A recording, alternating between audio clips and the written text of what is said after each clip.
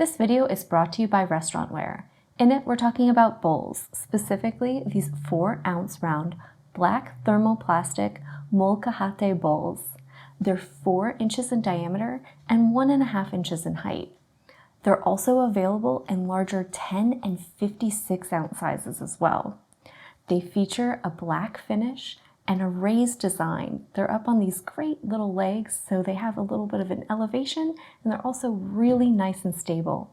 And they make a perfect presentation for guacamole, salsa verde, pico de gallo, queso dips, and other condiments. The small ones are perfect for individual or small portions, or say if you want to put out a nice little trio. And the larger ones are great for larger presentations of dishes or communal bowls of things like guacamole and salsa. They're made from break-resistant plastic that's conveniently microwave safe, making it really easy for your servers to reheat or heat up dips. They're easy to clean as well and can hold up to being cleaned in commercial dishwashers, making them a breeze to clean. They're perfect for any establishment serving Mexican or Mexican-inspired fare that's looking for serving pieces and bowls to add authentic touches to their dishes.